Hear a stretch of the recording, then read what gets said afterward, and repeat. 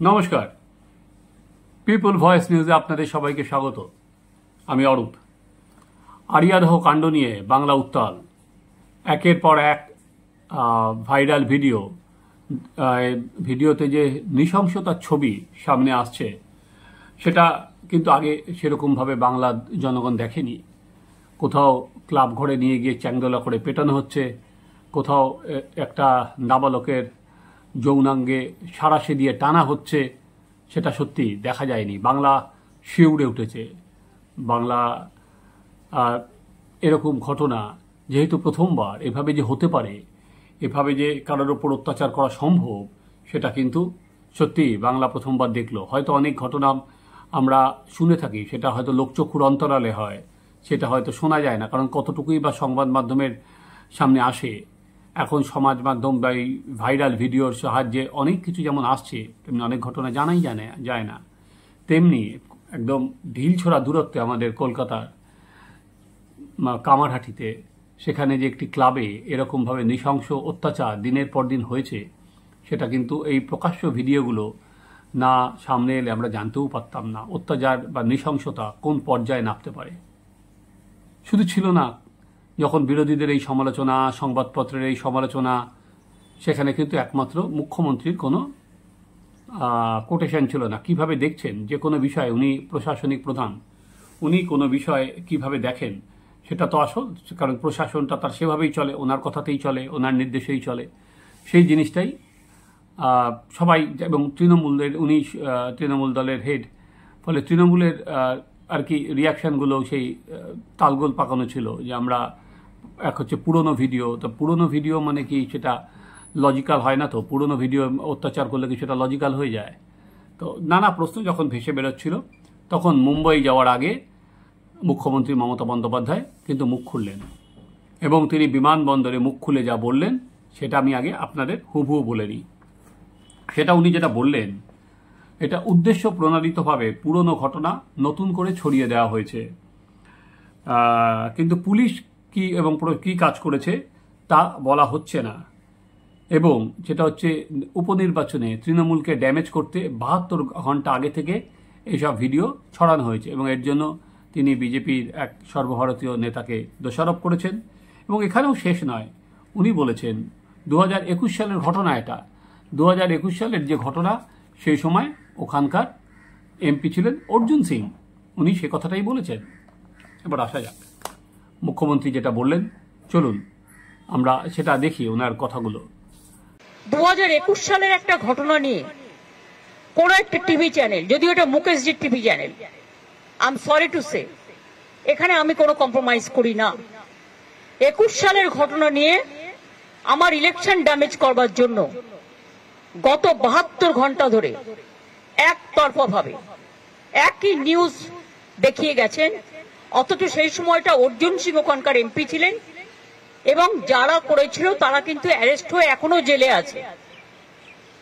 এবং আর একটা জিনিস যেটা হচ্ছে, এর পেছনে যত দায় হচ্ছে বিজেপির, কারণ বিজেপি এখন সব থেকে বড় দল, এবং যেহেতু অমিত মালব্য টুইট করেছেন, এবং সাংবাদিকদের আর কি যত দোষ নন্দ ঘোষ, সাংবাদিকরা হচ্ছে নন্দ ঘোষের পর্যায়ে পড়ে, তাই সেটার দায় হচ্ছে সাংবাদিকদের। প্রধান কথা, আমার যতদূর জানান, আপনারা আরও যারা আমার এই চ্যানেলের দর্শক, তারাও নিশ্চয়ই খবরাখবর রাখেন, তারাও জানেন যেখানে আর কি গোলমালটা হয়েছে, কামারহাটি আরিয়াদহ ক্লাব, সেটা কিন্তু দমদম লোকসভা কেন্দ্রের মধ্যে পড়ে। সেটা কিন্তু ব্যারাকপুর লোকসভা কেন্দ্রের অন্তর্গত নয়। যে ব্যারাকপুর লোকসভা কেন্দ্রের 2019 থেকে 2024 পর্যন্ত সাংসদ ছিলেন অর্জুন সিং, যে অর্জুন সিং বিজেপি তৃণমূল হয়ে আবার বিজেপিতে চলে গিয়েছেন। ফলে মমতা বন্দ্যোপাধ্যায় যেটা বললেন যে 2021 সালে ওইখানে সাংসদ ছিলেন অর্জুন সিং। আমি জানি না যে অর্জুন সিং সাংসদ থাকলে পুলিশ কার কথাতে চলেছে অর্জুন সিংয়ের। অর্জুন সিং তো প্রথমত দমদমের সাংসদ নয়, উনি সাংসদ হচ্ছে ব্যারাকপুরে। তো পুলিশ কি এখন কার কথায় চলে? সাংসদের কথায়? তাহলে আর কি, যদি এই কথাটাই সত্যি আমি মেনে নিই বা এই কথাটাই, তাহলে কি সেই ঘটনাটা, যে ঘটনাটা হয়েছে, যদি তৃণমূলের প্রতিটা জায়গায় এই যারা এই দুষ্কৃতি কার্যকলাপ যেটা হচ্ছে সেগুলো যদি সাংসদদের দ্বারা নিয়ন্ত্রিত হয় বা পুলিশ যদি সাংসদদের কথা শুনে চলেন, তাহলে আপাতত তো দায়ভার সৌগত রায়ের উপরেই যায়, যেটা মদন মিত্র ঠাড়ে ঠোড়ে বলছেন। কামারহাটির বিধায়ক তো মদন মিত্র, তো উনি যেটা ঠাড়ে ঠোড়ে বলছেন সেটা তো সৌগত রায়ের উপরে যায়। 1 নম্বর প্রশ্ন, আমার মনে হয় সেটা একটা তথ্যগত কিছু ভুল আছে আমার কাছে, আমার যেটুকুনি স্মরণে আছে। বা দ্বিতীয়ত উনি যেটা বলেছেন সেটা হচ্ছে 21 সালের ভিডিও। হ্যাঁ ঠিকই, সেটা পুরনো ভিডিও, কিন্তু পুরনো ভিডিও প্রশ্ন হচ্ছে যে পুলিশ এতদিন কেন জানতো না, বা পুলিশ জানলেও কেন চুপ করেছিল? কারণ বিভিন্ন প্রমোটার তারা তো বলছেন যে তাদের বাড়িতে যে জয়ন্ত বাহিনী অত্যাচার চালিয়েছে তারা তো সেখানে বেলঘড়িয়া থানায় দিয়েছেন, তারপরেও তো বল নড়েনি। কেন নড়েনি? তারা কি জানতো না? আজকে পুলিশের রোল নিয়েই তো প্রধান ক্ষোভ, এবং সেখানে আর কি ক্ষোভের উৎসমুক্ত খুলে দিয়েছেন কামারহাটির বিধায়ক মদন মিত্র। তিনি তো সেখানে বলেছেন যে পুলিশ সব জানতো, এখানে জুয়া, সাট্টা, মদ যে কারবার হয়, সেখানে যে ক্রিমিনাল আর পুলিশের নেক্সাস সেটা তো খুলে দিয়েছেন মদন মিত্র। ফলে মদন মিত্র কথার কিন্তু কোনো রকম উনি মুখ্যমন্ত্রী অত কথা বলেননি, কিন্তু উনি যে ঘটনাটাকে পুলিশের যে আর কি ব্যর্থতা থেকে বলার কারণ পুলিশের যে চোখ বুজে থাকা, উনি কিন্তু সেটাও বলেননি। বরঞ্চ পুলিশ যে গ্রেপ্তার করেছে উনি সেই দিকে নজর করেছেন। উনি বলেছেন যেটা যে পুলিশ তো গ্রেপ্তার করেছে এবং তারা সব জেলে আছে। হ্যাঁ এটা ঠিকই, পুলিশ গ্রেপ্তার করেছে। সেটা হচ্ছে জয়ন্ত যখন ওই মা এবং ছেলেকে রাস্তায় ফেলে মারে তখন পর্যন্ত তাকে গ্রেপ্তার করা হয়েছে, গ্রেপ্তার করেছে, এবং তার ফলেও তার প্রায় 7 জন সাকরেতকে গ্রেপ্তার করেছে। এবং বৃহস্পতিবার যে নৃশংস ভিডিও আমরা দেখেছিলাম, যে একটি বাচ্চা ছেলে যৌনাঙ্গে সাঁড়াশি দিয়ে টানা হচ্ছে, সেই জয়ন্তের ছায়াসঙ্গী খুব সম্ভবত তার নাম লালটু নাকি, তাকেও গ্রেপ্তার করা হয়েছে। সেটা তো প্রশ্ন তো গ্রেপ্তার করা হয়েছে ভিডিওগুলো ভাইরাল হওয়ার পর, প্রশ্ন তো ঠিক সেখানেই। আজকে এই ভিডিও যে এতদিন ধরে যে অত্যাচার, সেটা পুলিশ কিছু জানতো না। আজকে পুলিশ জানতো না জয়ন্ত যে পুকুর বুঝিয়ে বাড়ি করছে, সেটা কি প্রশাসন জানতো না? তাহলে এখন যে আমার যে প্রশ্নটা অবধারিতভাবে ওঠে সেটা হচ্ছে নবান্ন থেকে তো নির্দেশ দেওয়া হয়েছিল বেআইনিভাবে যে সমস্ত বাড়ি হয়েছে সেগুলোর বিরুদ্ধে স্টেপ নিতে। তাহলে যে বুলডোজারগুলো কলকাতার রাস্তায় আমরা দেখেছিলাম, যে বুলডোজারগুলো আমরা জেলায় রেখেছিলাম হকারদের তুলে দিতে, সেই বুলডোজারগুলো কি দেখবো? সেই বুলডোজারটা যে জয়ন্তের বাড়ি গুড়িয়ে দিচ্ছে, তাহলে কিন্তু যারা যারা সমাজ বিরোধী আছেন তাদের কাছে কিন্তু একটা বার্তা যায় যে দেখো, যে সমাজ বিরোধীদের পাশে এই সরকার নেই, যে সেটা যদি বুলডোজার দিয়ে গুড়িয়ে দেওয়া হয়। না হলে শুধুমাত্র আর কি বিরোধীদের যদি দোষ দেওয়া হয় আর সংবাদ মাধ্যমকে দোষ দেওয়া হয়, তাহলে কিন্তু রাজ্য জুড়ে যে সমাজ বিরোধীরা বিভিন্ন জায়গায় মাথা ছাড়া দিচ্ছেন, সেটা জেসিবি হতে পারে, সেটা শাহজাহান হতে পারে, এরকম অসংখ্য আছেন। এরা ধরা সারফেসে আসার পর আমরা জানতে পারি, কিন্তু পাড়ায় পাড়ায় এরকম যে পকেট হয়ে উঠে যাচ্ছে, এবং বিরোধীদের অভিযোগ এরাই সমান্তরাল প্রশাসন চালাচ্ছে। তো সেই কথা কিন্তু আমরা আর কি মুখ্যমন্ত্রী যদি বা প্রশাসন যদি বাড়িটা বুলডোজার দিয়ে গুড়িয়ে দিতে পারে, তাহলে কিন্তু একটা বার্তা যায়। কারণ বুলডোজার তো কলকাতার রাস্তায় মানুষ দেখেছে, তাহলে কিন্তু একটা বার্তা সেখানে যায়।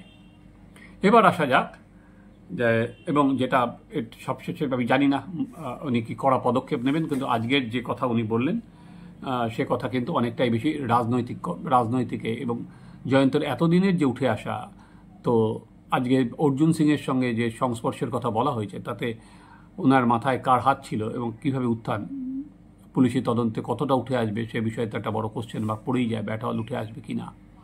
এবার দ্বিতীয় কথায় আসা যাক, যে মমতা বন্দ্যোপাধ্যায় চললেন আম্বানিদের বাড়ি, মুকেশ আম্বানির ছেলের বিয়েতে বলেছেন, বহুবার করে উনি বলেছেন সেখানে, কিন্তু উনি যে চ্যানেলের বিরুদ্ধে বলেছেন সেটা কিন্তু মুকেশ আম্বানিরই চ্যানেল, একটি চ্যানেলের বিরুদ্ধে। জানা নেই যে বিয়ে বাড়ির অনুষ্ঠানে মমতা বন্দ্যোপাধ্যায় এই বিষয়টা তুলে ধরবেন কিনা। এবং তৃতীয় বিষয় যেটা বলেছেন, ভোট, যে একটা কেন্দ্র নিয়ে বারবার করে কলকাতায় দেখানো হচ্ছিল। এটা ঠিকই, একটা কেন্দ্র নিয়ে দেখানো হচ্ছিল, একটা ওয়ার্ড নিয়ে দেখানো হচ্ছিল, যেটা বারবার করে কল্যাণ চৌবেকে ম্যান মার্কিং করা হয়েছে। কেন ওই ওয়ার্ডটাতেই কেন আর কি তৃণমূল টার্গেট করেছে? কারণ গত লোকসভায় ওই ওয়ার্ড থেকে বিজেপি প্রার্থী তাপস রায় 6,000 ভোটে লিড নিয়েছিলেন। ফলে ওই ওয়ার্ডটা যেমন তৃণমূল টার্গেট করেছিল, তাদের প্রচুর ছেলে ওখানে ছিল, তেমনি কল্যাণ চৌবেও কিন্তু ওখানে গিয়েছিলেন বারবার করে। কল্যাণ চৌবে কিন্তু ওখানেই উনি ঘুরেছিলেন, উনি ওখানেই পড়েছিলেন, ফলে ওখানে বাধা দেওয়া হয়েছিল। রাজ্যের অন্য অংশে তো হয়েছেই। ফলে মুখ্যমন্ত্রী অবশেষে মুখ খুললেন, কিন্তু যে উত্তরগুলো উনি দিলেন তাতে বরঞ্চ প্রচুর প্রশ্ন আরও নতুন করে উঠে এলো। তাতে আমি জানি না আগামী দিনে পুলিশ কতটা কঠোর হবে, কতটা কঠোর এই আর কি জয়েন্ট বাহিনীকে আরও। এখন যেটা আমি দেখলাম, পুলিশ কমিশনার ব্যারাকপুর প্রেসমিট করে বলেছেন সবাইকে ধরা হবে। ফলে আমার কাছে ওই যেটা আর কি প্রধান জায়গা, যেটা আমি বারবার করে বলছি, জয়ন্তের বাড়ি, কারণ এটা এমনি বলা হচ্ছে পুকুর বুঝিয়ে করা হচ্ছে, ওর খাটাল, সেটা কী হবে, এখনও লোকালয়ের মধ্যে খাটাল থাকে জানি না, সেটা কি গুড়িয়ে দেওয়া হবে বুলডোজার দিয়ে, সেটা দেখার যে পুলিশ কত দূর যেতে পারে, কতটা কড়া হতে পারে। কারণ ওখানকার মানুষের কিন্তু ভয় যে জয়ন্ত আবার বাইরে বেরিয়ে এসে কিছুদিনের মধ্যে আবার অত্যাচার করবে। ফলে অনেকেই মুখ খুলতে পারছে না, সেটা পুলিশকেই দেখতে হবে। কিন্তু রাজনীতির আবহে যদি এই মুখ্যমন্ত্রী এরকমভাবে রাজনীতির যেটা বলে অর্জুন সিংয়ের এতে পুরো দায় চাপালেন, তাহলে দেখার এরপরে পুলিশ কতটা ফ্রি অ্যান্ড ফেয়ারভাবে এই তদন্ত এগিয়ে নিয়ে যায়। চলুন, আপনারাও লক্ষ্য রাখুন, আমরাও লক্ষ্য রাখি। আপনারা দেখুন আমাদের চ্যানেল সাবস্ক্রাইব করুন, আপনাদের মতামত জানান।